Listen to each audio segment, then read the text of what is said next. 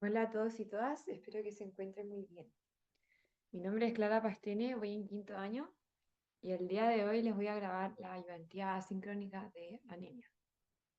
Además está decir que la modalidad de la ayudantía es muy similar a la que hemos hecho previamente. Vamos a analizar tres casos clínicos y en base a eso vamos a ir viendo los detalles de la materia y finalmente vamos a terminar con un repaso muy orientado a la clínica.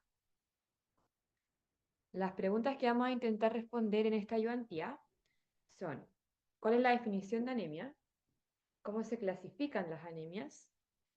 ¿Cuáles son las características generales del síndrome anémico y específicas según etiología? ¿Cómo hacer una buena anamnesis en base a la fisiopatología? ¿Y cuáles son los hallazgos característicos del hemograma y laboratorio en distintos tipos de anemia? Entonces vamos a comenzar con la pregunta número 1. Tenemos una paciente de sexo femenino de 65 años con antecedentes de dislipidemia en tratamiento con atorvastatina. Consulta en APS por 5 episodios en las últimas 2 semanas de hematoquesia. Esto asociado a un compromiso del estado general grave, palidez, anorexia y episodios ocasionales de palpitaciones. Además, tiene baja de peso significativa en los últimos 3 meses. Al interrogatorio dirigido refiere dolor abdominal y alteraciones inespecíficas en el hábito intestinal. En el examen físico tenemos que el control de signos vitales, lo más llamativo es una leve taquicardia con 106 latidos por minuto. La presión arterial se encuentra dentro de rangos normales. Las mucosas están pálidas con un llene capilar conservado, es decir, no tenemos una paciente con un compromiso hemodinámico severo. Tenemos uñas quebradizas. En el examen cardiopulmonar, un ritmo regular a 2 tiempos, pero con un soplo sistólico 2 de 6. Abdomen levemente distendido, sensible a la palpación difusa con una masa palpable en la fosa ilíaca izquierda. El tacto rectal, recordando que es muy sensible para las hemorragias digestivas bajas, estaba normal. En los exámenes de laboratorio destaca un recuento de glóbulos rojos de 3,6 por 10 elevado a 6 milímetros cuadrados, pero lo más llamativo es una hemoglobina que está en 8,5, un hematocrito en 28%, un BCM de 77,8 y un RDW de 20%. Vamos a hablar de estos conceptos más adelante. El recuento de glóbulos blancos estaba dentro de rangos normales, lo mismo con el recuento de plaquetas, y tenemos un test de hemorragia ocultas pendiente, pero en realidad es muy típico de APS que a personas con hemorragias evidentes les hagan un test de hemorragia oculta. Por lo tanto, cuando ustedes tengan a un paciente que ya tiene una hemorragia, no sirve de nada hacer un test de hemorragia oculta porque ya es visible. Los pasos a seguir acá serían hacer una colonoscopia. Pero bueno, dejando de lado ese dato más clínico, respecto a este caso, ¿qué afirmación es correcta? A. En la cinética del hierro es esperable que haya un aumento de la concentración de transferrina y una disminución del porcentaje de saturación de transferrina. B. La anemia carencial de la paciente se debe a un síndrome de mala absorción secundario a cáncer de colon. C. Se debe comenzar con la suplementación de hierro hasta normalizar los valores de hemoglobina. D. Es esperable encontrar un índice reticulocitario aumentado por el contexto de hemorragia. Lo primero que hay que plantearse en este caso es el diagnóstico sindromático, ¿cierto? Que es lo mismo que hemos hecho en otras ayudantías. Primero, ir bajando un poco los datos del enunciado. Y acá teníamos hartos antecedentes importantes. Primero, el contexto de una hemorragia digestiva, pero no era una hemorragia digestiva en una persona joven, sino que era una hemorragia digestiva en contexto de un síndrome consumptivo, ¿ya? Y eso siempre nos tiene que hacer parar las antenas y pensar en algo malo, específicamente en una neoplasia como es el cáncer de colon.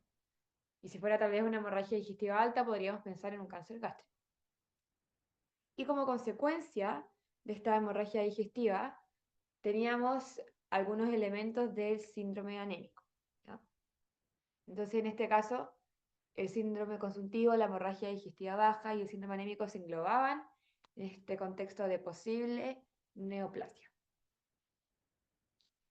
Vamos a partir definiendo lo que es anemia. La definición de anemia es la disminución de la hemoglobina sérica por debajo de niveles normales. Y este es el primer problema, porque hay que memorizarse los valores normales según edad y sexo. Y acá tenemos una pequeña tabla. En adultos es un poco más fácil, porque en pediatría los valores son muy variables dependiendo de la edad, pero en el adulto, o en realidad desde la adolescencia, los valores normales de hemoglobina en el hombre son 13, de 13 hacia arriba en el fondo, y hablamos de anemia cuando ese valor está por debajo de 13. Y en las mujeres que no están embarazadas sería por debajo de 12. En las embarazadas hay que tener más cuidado porque aumentan ahí los requerimientos de oxígeno y de fierro, por lo tanto se considera anemia cuando la hemoglobina está menor a 11. Y también depende del trimestre, ahí lo van a ver probablemente en el ramo de medicina interna, pero a grosso modo menor a 11. Entonces, cuando tengamos cualquier hemograma que ya tenga 9, 10, evidentemente va a ser una anemia independiente del sexo de la persona. También importante los valores del hematocrito, aunque en realidad el diagnóstico de anemia se hace más con la hemoglobina, pero más o menos para tener el rango entre 36 y 45% es el valor normal en mujeres y en hombres entre 43 y 53%, pero eso igual es variable en la literatura. Así que es más importante que se queden con los valores de corte de la hemoglobina. Y cuando hablamos de clasificación de anemias, podemos clasificarlas de muchas formas. Y el primer mensaje acá es que ninguna de estas clasificaciones es excluyente de la otra. Podemos clasificar a un tipo de anemia en base a todas estas categorías.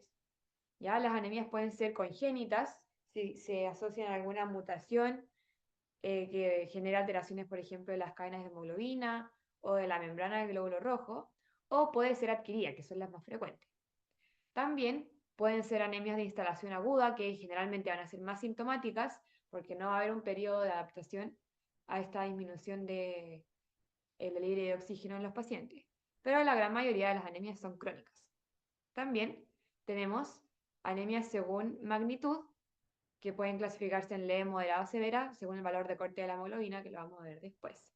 Pero ahí igual es importante destacar que la magnitud de la anemia no necesariamente se relaciona con la clínica. Una persona puede tener una anemia severa, pero si esta fue de instalación muy latente e insidiosa, no necesariamente va a estar muy sintomática.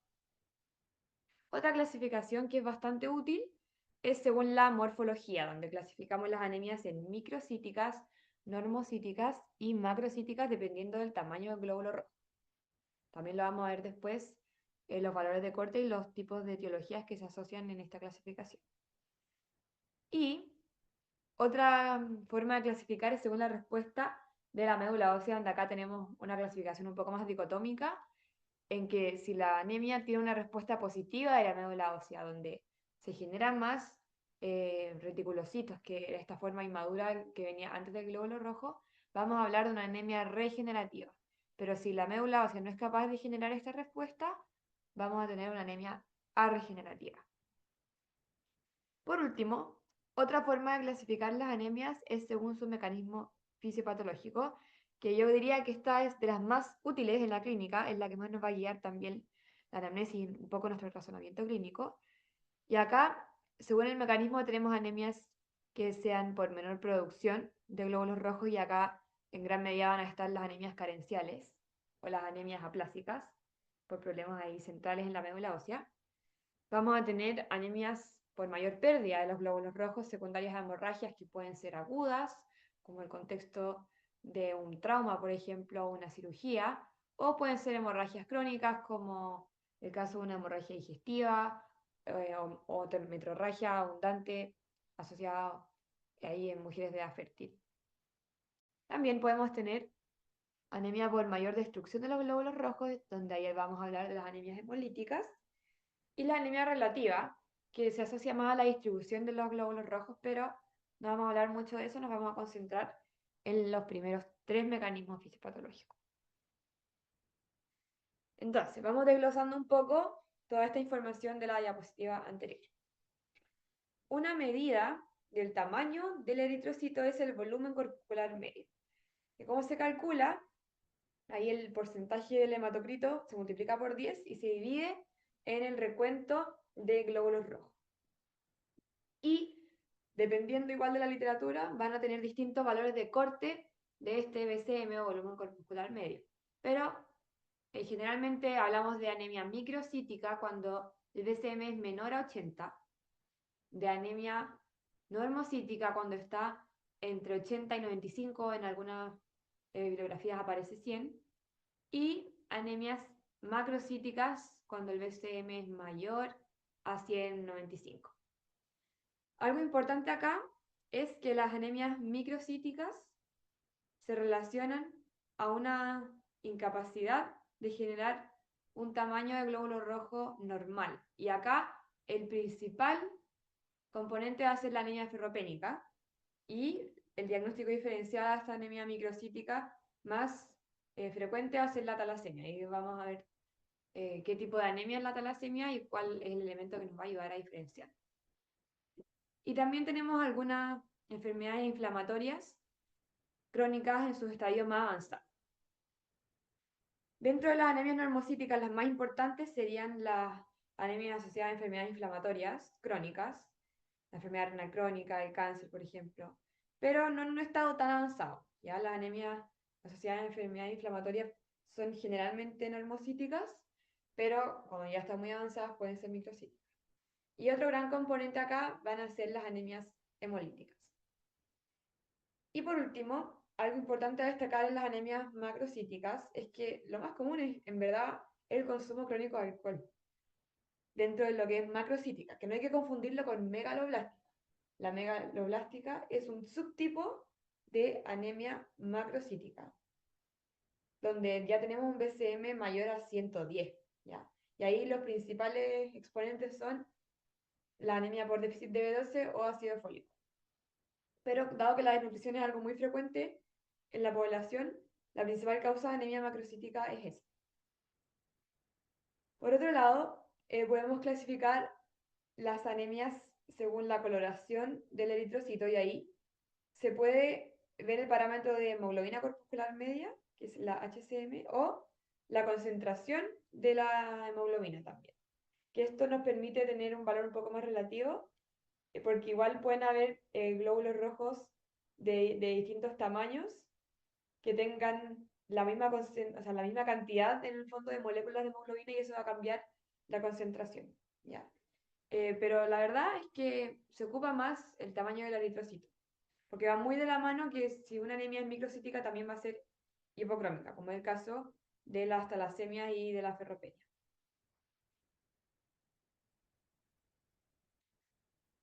Habíamos hablado también que la anemia se puede clasificar según su magnitud. Y acá lo importante es que vamos a hablar de anemias graves, principalmente bajo 8. No todas las anemias graves requieren transfusión, eso es muy importante. No es tema de la ayudantía hablar de los requerimientos de transfusión, pero para que no se queden de que todas las anemias graves requieren una transfusión, porque algunas igual son muy bien toleradas. Y la anemia según la respuesta de la médula ósea es otra clasificación muy útil, donde las principales dos causas de anemias regenerativas, es decir, donde la médula ósea tiene la capacidad de responder ante la pérdida de glóbulos rojos, es la hemólisis, porque ahí el problema no es de la médula ósea, y tampoco es un problema de que, a pesar de que la médula ósea funcione bien, no se pueden producir los glóbulos rojos porque falta otro nutriente, ¿ya? Acá la médula ósea está intacta y los requerimientos nutricionales están intactos. Y los principales dos ejemplos es la hemólisis y la hemorragia aguda. Súper importante, porque una hemorragia aguda no va a causar un déficit de los depósitos de fierro, no va a causar una anemia ferropénica, ya va a ser una anemia que es regenerativa. Y eso se calcula con el índice de producción reticulocitaria, que les dejo acá la forma. Y la verdad es que todo el resto de las otras anemias van a ser anemias arregenerativas, donde no vamos a poder producir más glóbulos rojos porque no tenemos ya sea los componentes necesarios o la maquinaria necesaria, analogía aquí de que la maquinaria es la médula ósea. Bueno, entonces dado que revisamos un poco ahí las causas, súper importante que un tipo de anemia puede ser muchos a la vez. Vamos a ahondar ahora cuál es la clínica de el síndrome anémico. Lo más importante a diferenciar acá es que hay síntomas y signos propios de la hipoxia tisular. Acuérdense que la entrega de oxígeno a los tejidos, la hemoglobina es un componente muy importante, pero también ante esta hipoxia van a haber mecanismos compensatorios para privilegiar la entrega de oxígeno a los órganos más vitales. ¿Ya? Entonces esta igual es una pregunta que ocupan harto en las pruebas, donde a veces los distractores es que ponen que un síntoma asociado a la hipoxia era uno de estos que en verdad es un mecanismo compensatorio. Entonces, ¿cuáles son los síntomas directos asociados a la hipoxia? Tenemos hipoxia principalmente a nivel del cerebro, donde lo más característico va a ser la cefalea, la falta de concentración, la fatiga, y ya en estado más avanzado el compromiso del estado general. Y también vamos a tener hipoxia muscular, que se puede manifestar a través de angina o de calambres. Y también la fatigabilidad que viene con esta hipoxia muscular. Y lo más clásico en realidad, y lo que más vamos a ir también a buscar en un examen físico, son los síntomas por mecanismos compensatorios. Lo más típico que a uno le enseñan es la palidez, y esta palidez se da por redistribución del flujo sanguíneo, porque hay una vasoconstricción de los capilares dérmicos, sobre todo los más distales, o los de los tejidos que no son tan nobles, por ejemplo, la mucosa o las conjuntivas. Entonces, esos son los principales lugares donde tenemos que ir a ver la palidez. También podemos tener taquicardia, donde vamos a tener un hiperdinamismo del corazón, y asociado a este hiperdinamismo vamos a tener principalmente soplos sistólicos funcionales, ¿ya? No es un soplo diastólico, recuerden que los soplos diastólicos siempre son patológicos. También podría haber disnea de esfuerzo eventualmente, y dolor en los huesos hematopoyéticos, por ejemplo aquí los huesos de la mandíbula, donde me está tratando de haber un aumento de la eritropoyesis. En algunos tipos de anemia también hay un aumento del tamaño de estos huesos hematopoyéticos, pero eso ya es más poco frecuente. Lo más común es la palidez, la taquicardia y las palpitaciones, ¿ya? Y de hipoxia tisular lo más común es la cefalea y la fatigabilidad. Ya, volvamos al caso. Teníamos un caso acá de hemorragia digestiva en contexto de síndrome consuntivo y estábamos pensando en un cáncer de colon. Cuando hablamos de anemia ferropénica,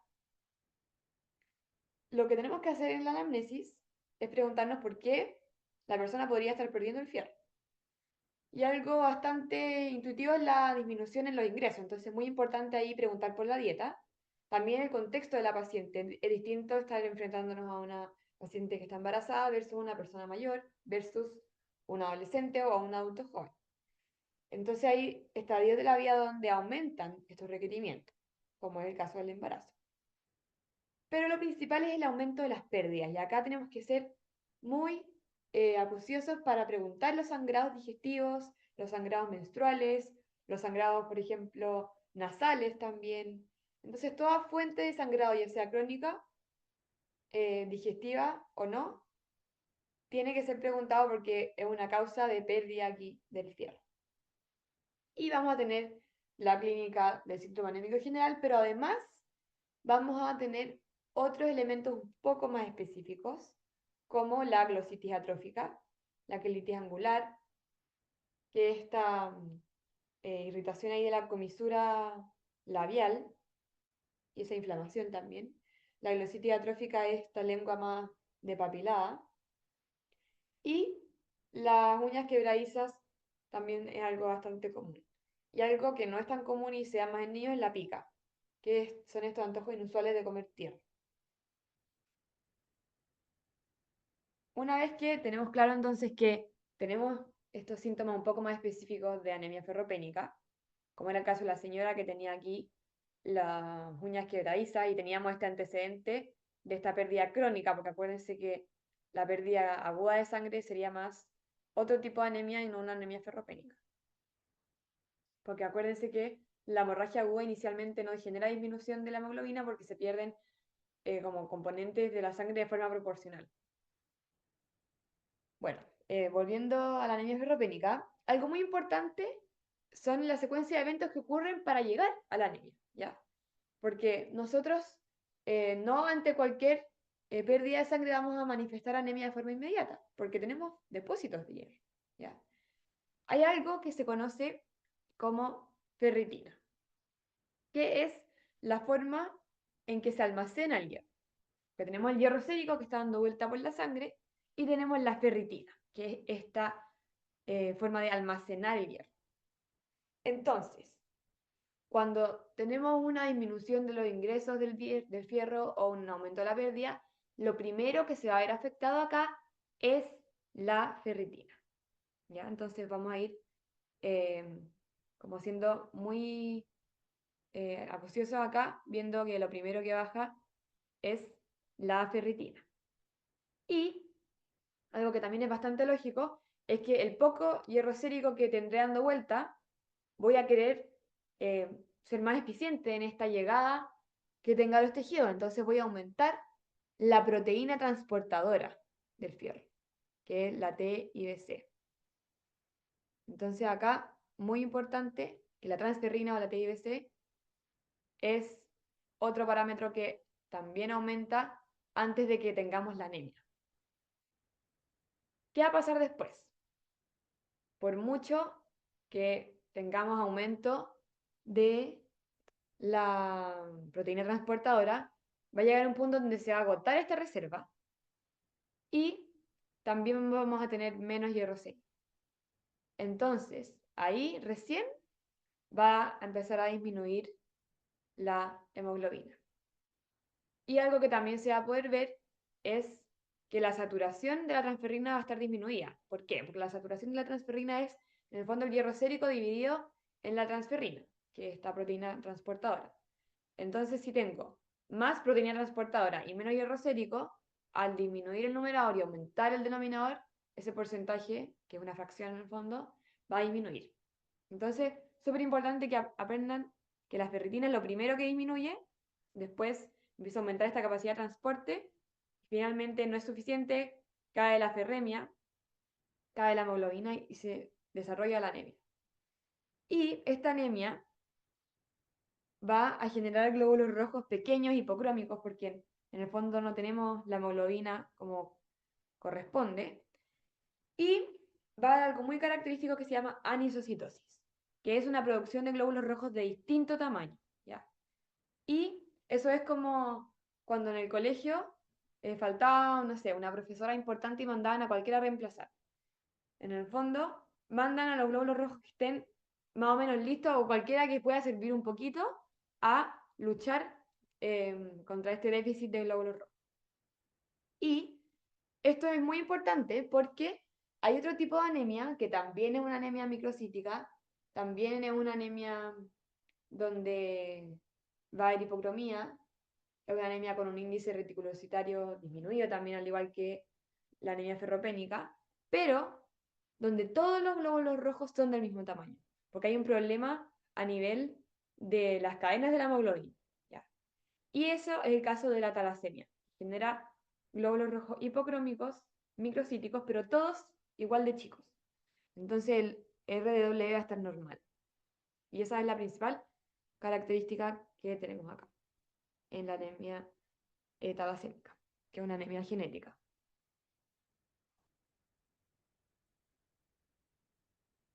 Unas palabritas de anemias por enfermedades inflamatorias. Vamos a ver acá un poco el mecanismo, donde teníamos que las interleuquinas que aumentan en la inflamación, principalmente la interleuquina 1, van a aumentar la hepcidina, ¿ya? ¿Y qué va a hacer la hepcidina? Va a atacar a la ferroportina. ¿Y qué era la ferroportina? Es un transportador que ayuda a sacar el hierro de la célula y llevarlo a la sangre. Entonces, vamos a tener también que disminuye la absorción intestinal del fierro por la inflamación y asociado a la inflamación vamos a tener el secuestro del fierro en estos macrófagos porque no se puede liberar el fierro que está dentro de estas células. Otra cosa que va a suceder es que la inflamación altera los riñones, altera la eritropoyetina y disminuye la síntesis de hemoglobina. Y la característica central de la anemia por enfermedades inflamatorias es que tiene la ferritina aumentada.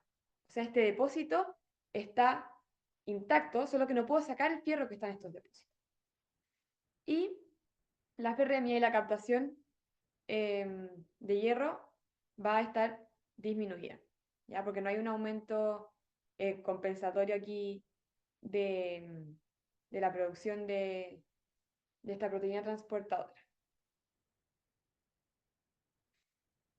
Entonces, volviendo al caso, ¿qué afirmación era correcta? Vamos a partir por las que eran incorrectas como siempre. La B nos hablaba de que la anemia carencial de esta paciente se debe a un síndrome de mala absorción secundario al cáncer de colon. Estábamos bien con el tema del cáncer de colon acá. El problema es que la anemia acá no es por el síndrome de mala absorción. No hay un problema a nivel del duodeno, del yeyuno, del ilion, porque acuérdense que el duodeno es el lugar donde se absorbe el fierro, sino que el problema es la hemorragia digestiva baja, que está generando una pérdida de fierro. Otra cosa importante es que el tratamiento con la suplementación de hierro no es hasta normalizar los valores de hemoglobina. Volvamos un poco acá, cuando hablábamos de que lo primero que se perdía era la ferritina. El tratamiento debe ser hasta normalizar los depósitos de hierro, hasta normalizar los valores de ferritina. Y eso es aproximadamente como 3 meses, ¿ya? Entonces, muy importante que no se queden contentos con que se normalizaron los valores de hemoglobina, sino que hay que seguir suplementando hasta que los valores de los depósitos estén normales. La D nos hablaba de que es esperable encontrar un índice reticulocitario aumentado por el contexto de la hemorragia. Y eso es falso, porque estamos en un contexto de hemorragia crónica. Por lo tanto, hay un aumento ahí de la pérdida del fierro, hay una anemia carencial que nos impide generar más reticulocitos, más glóbulos rojos. Por lo tanto, el índice reticulocitario va a estar disminuido. Si esto fuera una hemorragia aguda, podría ser que el índice reticulocitario esté aumentado. Bueno, continuemos la ayudantía con este segundo caso, donde tenemos un paciente de 3 horas de vida, tercer hijo de una madre de grupo sanguíneo A negativo, que nació por cesárea de urgencia por anemia fetal. Tenía un APGAR de 7,8. El APGAR es un score que se aplica en los recién nacidos, donde el 10 es el puntaje máximo. Por lo tanto, un APGAR 7,8 no es lo óptimo. Además, presenta ictericia de piel y mucosa, hepatosplenomegalia y somnolencia. Al nacer, se tomó una muestra de sangre de cordón umbilical que reveló que el paciente es grupo A positivo. Y la madre dice que esto es primera vez que le ocurre con uno de sus hijos. En los exámenes de laboratorio tenemos que hay un recuento de glóbulos rojos de 2,7 por 10 elevado a 6, una hemoglobina de 7,4, un hematocrito de 24%, un BCM de 88 y un porcentaje de reticulocitos de 11. La bilirrubina total está aumentada, recuerden que los valores normales oscilan alrededor de 2. También tenemos una LDH aumentada, test de Coombs directo positivo, que después vamos a hablar para qué sirve eso. Entonces, respecto a este caso, ¿qué afirmación es correcta? A. La anemia se podría clasificar como intravascular intrínseca inmunomediada. B. Si se tomara un examen de orina completa, sería esperable no encontrar alteraciones. C. Lo más probable es que los hermanos del paciente sean RH negativo. Y D. Es esperable que la hiperbilirrubinemia sea de predominio indirecto.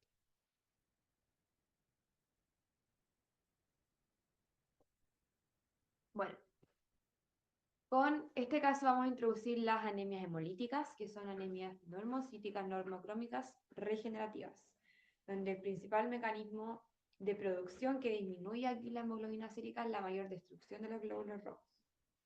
La hemólisis se puede clasificar según el lugar donde ocurre y también según el origen de la hemólisis en caso como a dónde está el principal problema.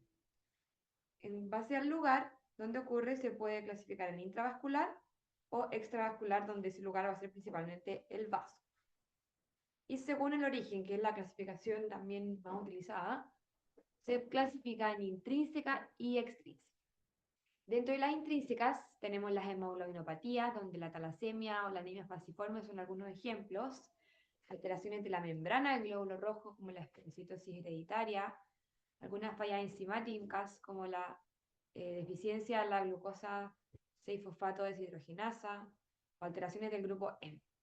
Entonces, si nos fijamos aquí, la mayoría de las causas de anemia hemolítica intrínseca son problemas genéticos, asociados ahí o a la estructura del glóbulo rojo, o a la membrana, o al metabolismo. ¿Qué pasa con las anemias extrínsecas? Acá las principales van a ser inmunomediadas, ¿ya? Y cuando hablamos de inmunomediadas, hablamos de anticuerpos que van a destruir los glóbulos rojos. Y acá un ejemplo es la enfermedad hemolítica del recién nacido. Otro ejemplo serían enfermedades autoinmunes que cursan con anemia hemolítica, como el caso, por ejemplo, de un lupus en estadio más avanzado. También la anemia hemolítica extrínseca puede ser mecánica, como el caso del CHU o del PTT, donde tenemos trombos que van a ocluir los lúmenes y eso va a destruir los glóbulos rojos, generando esquistocitos. También tenemos algunos agentes físicos o químicos o algunas infecciones. Ya recuerden ahí la mordedura por Loxoceles leta, que puede dar una anemia hemolítica grave. ¿Qué pasa con la clínica? Tenemos claramente un síndrome anémico y sus síntomas generales, pero también van a haber algunos elementos específicos, ya sea de la historia, examen físico o el laboratorio, que pueden ser por mayor destrucción de los glóbulos rojos o por mayor producción de glóbulos. Lo más característico asociado a la mayor destrucción es la ictericia. ¿Y de dónde viene esta ictericia? Porque cuando hablamos de ictericia, lo primero que se nos viene a la mente es la ictericia más colestásica, cuadros biliares, pero hay un componente de ictericia de predominio indirecto que tiene que ver con la hemólisis. ¿Y por qué? Si recordamos acá el metabolismo de la bilirrubina y la generación aquí de la ictericia, tenemos que la protoporfirina y el grupo M se separan de la hemoglobina. Y el grupo M, que tenía la protoporfirina, va a reciclar el fierro, pero la protoporfirina va a seguir dando vuelta por este metabolismo y va a formar biliverdina. Y después la biliverdina se va a transformar en bilirrubina indirecta y después esta a nivel hepático se conjuga y se transforma en bilirrubina directa. Todo esto está comandado por distintas enzimas y como sabrán de bioquímica, en cualquier proceso metabólico donde hay intermediarios, si se acumula demasiado un intermediario, se satura la enzima y se va a acumular ese sustrato hacia atrás. Entonces, acá, si llega demasiado sustrato y llega mucha biliverdina, por el aumento de esta protoporfirina derivada del metabolismo de los glóbulos rojos, vamos a tener que aumentar la bilirrubina indirecta. ¿Ya? Por lo tanto, la ictericia provocada por esta hiperbilirrubinemia es de predominio indirecto, no es de predominio directo, que es un gran distractor de muchos controles o pruebas. ¿Qué va a pasar también? Como vamos a tener menor hemoglobina, vamos a tener menor utilización del oxígeno y el cuerpo va a requerir mayor metabolismo anaerobio. Y eso va a aumentar la LDH, que es la lactato deshidrogenasa, que transforma el piruvato en lactato, para que el lactato pueda ser utilizado como fuente de ATP. Entonces, un hallazgo bastante característico también es el aumento de la LDH, que acuérdense que la LDH igual aumenta también cuando se destruyen las células, ¿ya? Entonces va a estar aumentada acá. Otras cosas que pueden verse en anemias hemolíticas intravasculares es la hemoglobinemia, la hemoglobinuria y la hemocinuria, donde lo más importante en verdad y lo más práctico es la hemoglobinuria porque es algo que podemos medir fácilmente en un examen de orina. Los otros son tal vez hallazgos como teóricos, cosas que uno lee en los libros, pero en la práctica no se mide tanto. Y si hablamos de elementos por mayor destrucción de los glóbulos rojos, lo característico va a ser la hepatoesplenomegalia. Y sobre todo en los recién nacidos. ¿Por qué? Recuerden que en la embriogénesis, acá en el periodo fetal, la hematopoiesis va a tener lugar en el hígado y en el vaso. Por lo tanto, un recién nacido que está perdiendo glóbulos rojos, más que la médula ósea, va a ser el vaso y el hígado los que van a responder ante este déficit de hemoglobina. Por lo tanto, es muy fácil encontrar la hepatoesplenomegalia. No es que en los adultos no se pueda, solo que en los recién nacidos es muy evidente. Y claramente asociado a esta respuesta de mayor producción de glóbulos rojos, vamos a tener un aumento de los reticulocitos, que era esta forma precursora de los glóbulos rojos maduros, y va a aumentar el índice reticulocitario. Así que características centrales: el aumento del índice reticulocitario, hepatosplenomegalia, ictericia de predominio indirecto.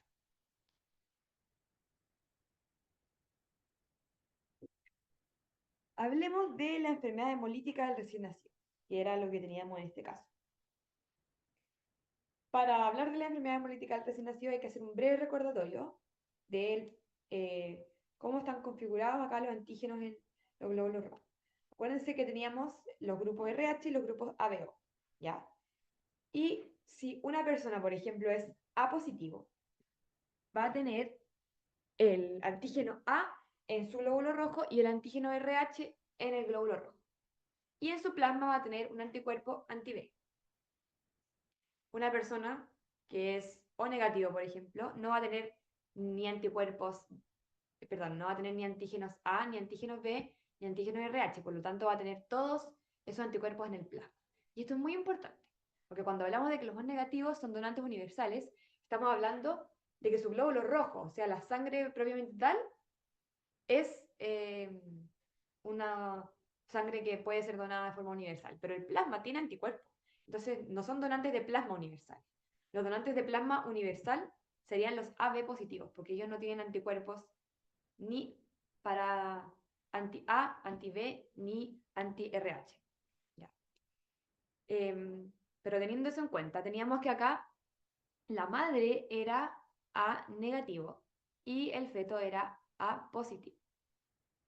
Entonces, lo más probable es que uno de los hermanos haya sido también RH positivo y eso haya generado una reacción en la sangre y en el plasma de la madre, porque por algún proceso se pudieron haber cruzado estas dos sangres y la madre que no tiene antígeno RH en su glóbulo rojo va a reconocer extraño a un glóbulo rojo que tenga ese antígeno y va a empezar a producir más anticuerpos anti-RH. Y eso va a ser una sensibilización en el primer embarazo, pero en otro embarazo donde eso ocurra puede ser de forma más grave. Entonces eso probablemente es lo que pasó acá. Con el primer o segundo hijo hubo alguna sensibilización, pero con el tercer hijo ya la madre tenía de forma previa estos anticuerpos anti-RH y al cruzarse con los glóbulos rojos del feto que tenían los antígenos en el glóbulo rojo, los empezó a destruir. Y la clínica, en el recién nacido, se va a manifestar, aparte de los elementos propios de la anemia hemolítica, como esta ictericia y esta hepatosplenomegalia, es muy importante que es una ictericia precoz, porque en el recién nacido igual hay una ictericia fisiológica, por esta inmadurez en el metabolismo hepático, pero esa ictericia suele ser después del primer día de vida. En cambio acá, la ictericia de la enfermedad hemolítica del recién nacido es una ictericia precoz. También algo que es grave es que por esta disminución en la utilización del oxígeno va a haber una falla de bomba, una falla cardíaca, que va a generar un edema generalizado, se conoce como hidrops fetal. ¿Ya? Y si se acumula mucho, la bilirrubina indirecta, esta puede ir hacia los núcleos de la base y generar un compromiso del sistema nervioso central que se conoce como kernicterus. Entonces es una enfermedad bastante fatal. Pero por suerte se puede prevenir y se pueden hacer como profilaxis durante el embarazo. Y la vamos a detectar claramente con un hemograma, donde vamos a encontrar una disminución de la hemoglobina, un índice reticulocitario aumentado, un aumento también de la bilirrubina total en el recién nacido y claramente la incompatibilidad en los grupos sanguíneos. Se da más entre los grupos RH, no tanto en los grupos ABO. Y vamos a hablar ahora del test de Coombs. En las anemias hemolíticas inmunomediadas tenemos el Coombs directo, que detecta anticuerpos en un glóbulo rojo, y el test de Coombs indirecto, que detecta anticuerpos en el plasma. Entonces acá, el test de Coombs positivo va a depender de en qué me estén preguntando. Porque sería positivo el test de Coombs directo en el recién nacido, porque los anticuerpos de la madre estarían pegaditos ahí en el glóbulo rojo, pero en la madre el test de Coombs indirecto es el que es positivo, porque están estos anticuerpos en el plasma de la madre. ¿Ya? Entonces, ahí súper importante que lean bien los enunciados, pero importante también reconocer que el test de Coombs nos sirve para las anemias hemolíticas inmunomediadas. Entonces, respondamos la pregunta respecto a este caso, ¿qué afirmación es correcta? A. La anemia se puede clasificar como intravascular, eso es correcto, intrínseca e inmunomediada. Y lo de intrínseca es lo incorrecto, porque acá no teníamos ningún problema a nivel de las cadenas de hemoglobina, del metabolismo del glóbulo rojo o de la membrana del glóbulo rojo, y era un problema extrínseco, un problema de ataque inmune que está destruyendo los glóbulos rojos. B. Si se tomara un examen de orina completa, sería esperable no encontrar alteraciones, y eso es falso, porque si era una anemia hemolítica intravascular, se puede encontrar hemoglobinuria. Y la C nos hablaba de que lo más probable es que los hermanos también sean RH negativo, y eso es poco probable porque lo más común es que haya habido una sensibilización previa con un hermano RH positivo, y eso causó la producción de los anticuerpos en la madre que en el tercer embarazo afectaron al hijo que volvía a ser RH positivo. Y la D es correcta porque efectivamente la hiperbilirrubinemia va a ser de predominio indirecto.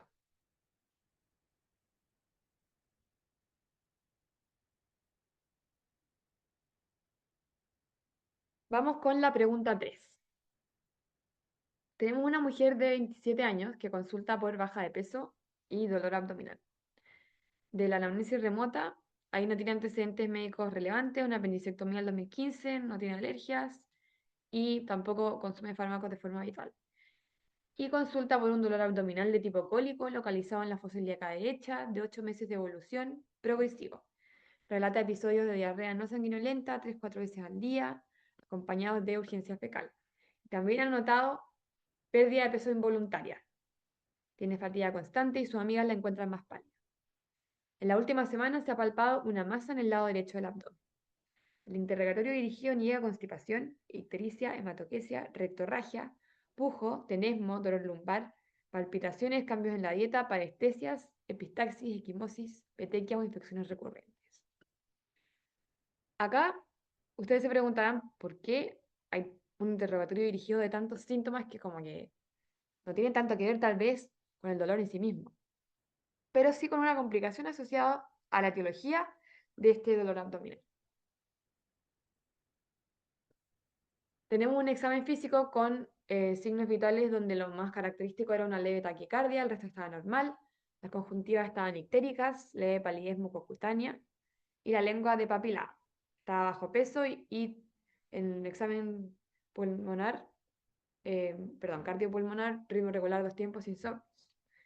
Tiene un abdomen blando, depresible, pero doloroso la palpación en la fosa ilíaca derecha y se palpa una masa móvil y dolorosa en esa región, pero no hay signos de irritación peritoneal.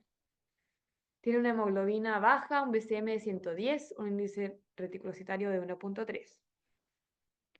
Glóbulos blancos disminuidos y las plaquetas también están disminuidas. Una PCR y VHS elevada y tiene hiperbilirrubinemia. De este laboratorio podemos concluir que hay elementos acá del hemograma que están alterados, bien alterados, y también hay algunos parámetros inflamatorios que están elevados, que es bastante interesante para este caso. En el estudio complementario se realizó una colonoscopía donde se mostraban úlceras dispersas en áreas de mucosa intercaladas con estenosis del ilion terminal, y una biopsia mostró un infiltrado inflamatorio transmural con granulomas no calcificantes. Acá nos preguntan, respecto a este caso, ¿qué afirmación es correcta? A. El principal problema de la paciente es la disminución del factor intrínseco. B. Un hallazgo característico en el hemograma de este caso serían los neutrófilos hipersegmentados. C. Lo más probable es que la hiperbilirrubinemia sea de predominio directo. Y D. El manejo adecuado de esta paciente es la suplementación de hierro. Ya. Acá volvemos a nuestro análisis del cuadro y cuál va a ser nuestro diagnóstico sindromático.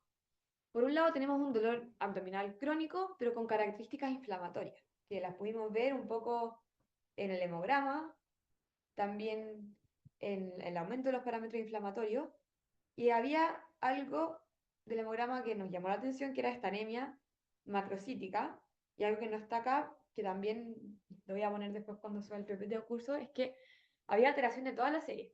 Es decir, la paciente tenía pancitopenia. Y lo más probable es que esto sea una enfermedad de Crohn. Y vamos a ir desglosando por qué.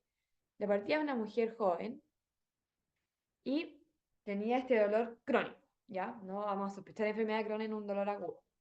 Localizado en la fosa ilíaca derecha, y también tenía episodios de diarrea y baja de peso, ¿ya? La baja de peso y el dolor abdominal son bastante característicos de la enfermedad de Crohn.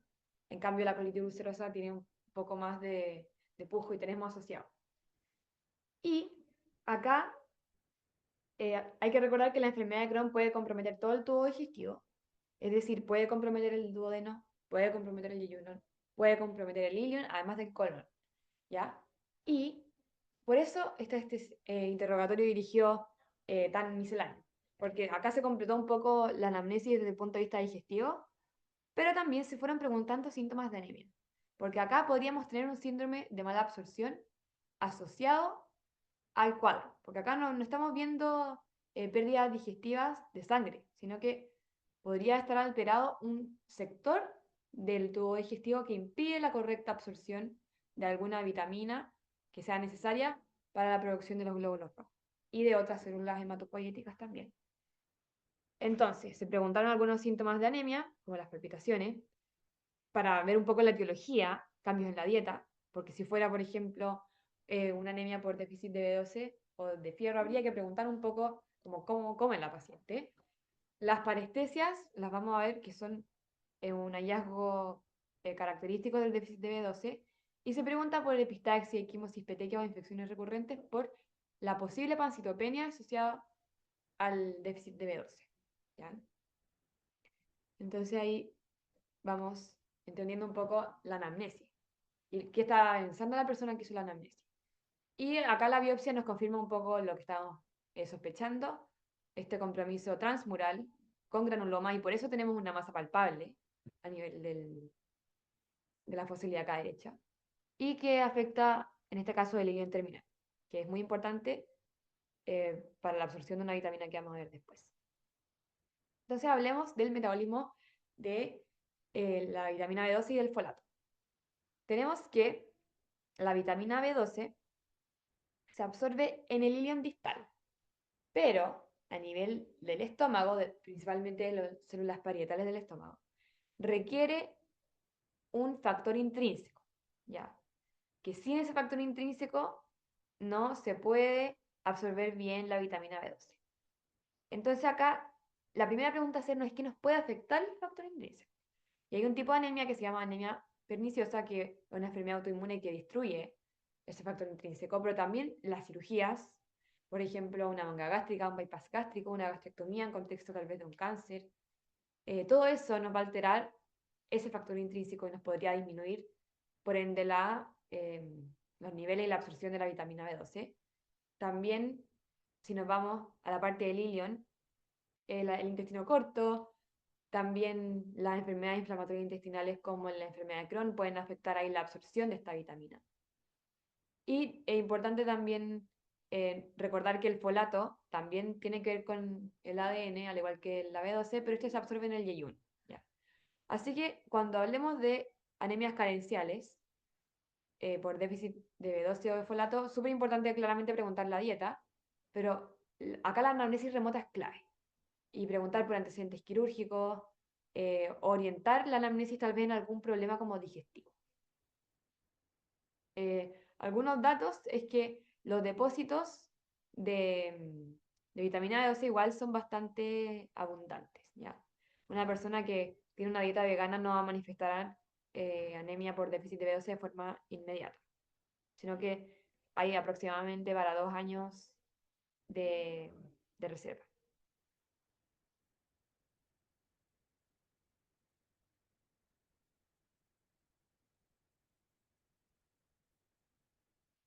Otro elemento importante es que el folato y la vitamina B12 son necesarios para la síntesis del ADN, pero solo la vitamina B12 va a alterar la mielina, Por lo tanto, los síntomas neurológicos son propios del déficit de vitamina B12, ¿ya? Que lo vamos a ver después como cuáles son los síntomas de este tipo de anemia.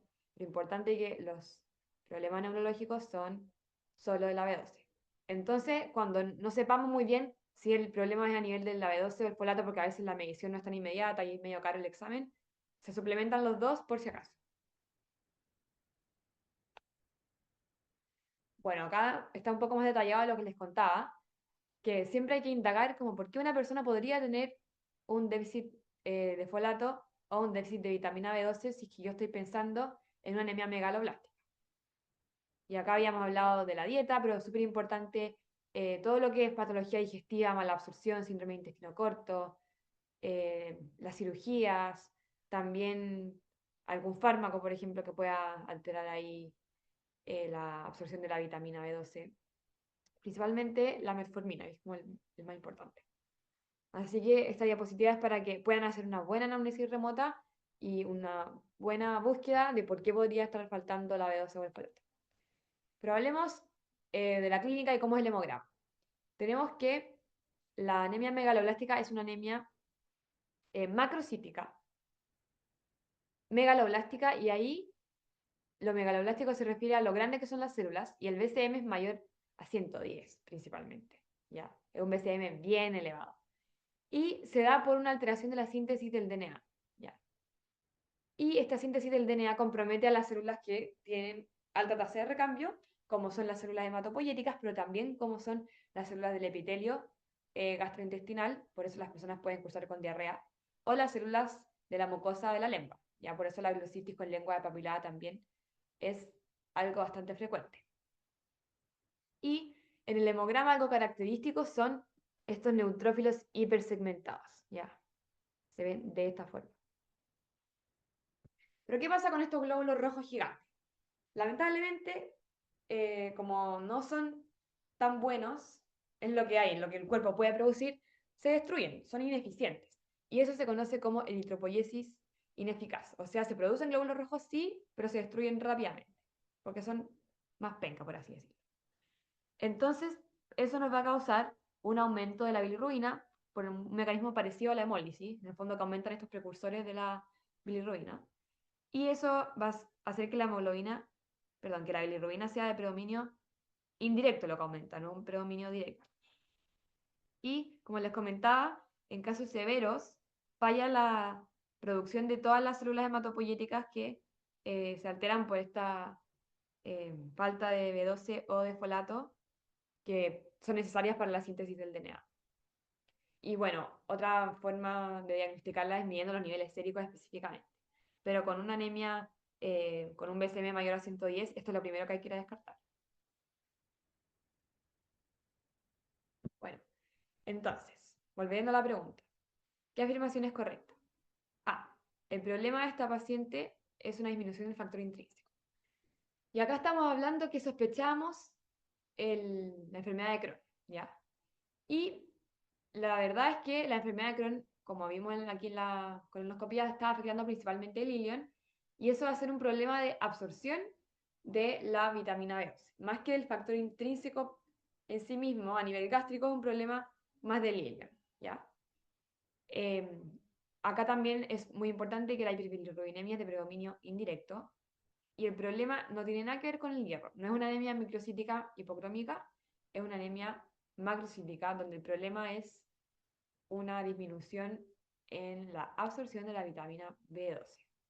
Y esa alteración en la síntesis del DNA me generaba estos glóbulos rojos aumentados de tamaño y estos glóbulos blancos también aumentados de tamaño con estos núcleos característicos que se llaman neutrófilos hipersegmentados. Bueno, para terminar esta ayudantía, quería hacer un resumen integrativo. Y acá puse unas diapos con mucho texto, pero lo que quiero que se aprendan es que el mecanismo fisiopatológico es clave para poder orientar la anamnesis y el examen físico. De la anemia ferropénica tienen que recordar que es una anemia microcítica hipocrómica con un RDW aumentado, con un índice reticulocitario disminuido, donde la ferritina está bajísima. ya este depósito de fierro. En la anemia hemolítica teníamos que era una anemia regenerativa, una anemia con índice reticulocitario principalmente mayor a 2, pero en verdad generalmente mayor a 4.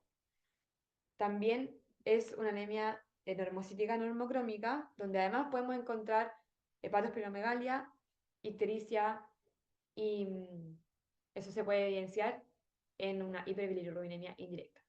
Y en la anemia megaloblástica por déficit de B12 o de folato, es una anemia que es megaloblástica, o sea, con un BCM mayor a 110.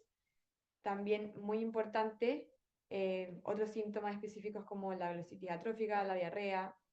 En el caso de la B12, que esté disminuida, síntomas neurológicos. Y que este tipo de anemia también es regenerativa. Y en la hemorragia aguda, acuérdense que es otro ejemplo de anemia regenerativa donde la hemoglobina no necesariamente va a estar disminuida. Y lo que puse acá, en el fondo, cómo hacer una buena anamnesis próxima. Acá, para que ustedes puedan agotar bien el síndrome anémico, haciendo un resumen de todo, busquen primero los síntomas generales de anemia. Los que eran por hipoxia, cefalea, astenia, fatiga, disminución de la concentración, o los que sean por compensación. Estas palpitaciones, la palidez, la disnea de esfuerzo, etc. Y después, en el interrogatorio dirigido por etiología, cuando estemos enfrentándonos a una anemia ferropénica, es muy importante preguntar por los sangrados.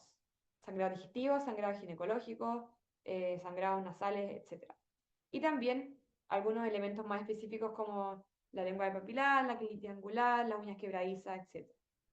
De la anemia megaloblástica, muy importante, ahí también las alteraciones gastrointestinales, la ictericia, y preguntar por otros síntomas de las series blanca y megacariocítica, ya infecciones recurrentes, equimosis, petequia, etc. Y en la hemólisis también hay que ir siempre indagando por la ictericia y el hiperesplanismo. ¿Ya? También le dejé ahí un poco síntomas de leucemia aguda, que no es un caso que vimos, pero es una anemia de origen central. Ya todas las otras son anemia de origen periférico. En la anamnesis remota, lo más importante son los hábitos, sobre todo los hábitos alimenticios de consumo de alcohol, los antecedentes médicos y ahí énfasis en las enfermedades inflamatorias crónicas, en las enfermedades autoinmunes o en el cáncer. Y en lo quirúrgico, todo lo que pueda afectar, como el factor intrínseco o la absorción ahí de la vitamina B12, el folato o el fierro. ¿Ya? Eso es lo más importante. También el tema de los viajes tiene rol en algunas anemias como más infecciosas, pero lo otro es lo más importante. Y en el examen físico, ir a buscar esos síntomas, perdón, signos de anemia más generales, la palidez de piel y mucosa, también los soplos, y en lo específico, como constatar todo lo otro que ya hemos hablado. ¿Ya? La ictericia, la glositis atrófica, la esplenomegalia, la alteración ahí de los sangrados, equimosia, enopatía. También hacer un examen neurológico si sospechamos déficit de B12. Entonces aquí es un examen físico muy intencionado en ir a buscar como todas las etiologías de la anemia o a descartar las etiologías de la anemia. Bueno, eso sería todo. Espero que les haya servido esta ayudantía. Acuérdense siempre de ir estudiando los temas como en la clínica asociada, en los factores de riesgo asociados, y acá guiarse mucho como por los hallazgos característicos del hemograma. Ya más que aprenderse el hemograma completo, aprenderse lo que distingue a cada tipo de anemia. Acuérdense que vamos a estar disponibles en el Instagram y también les vamos a subir algunos esquemas para que estén atentos a cursos.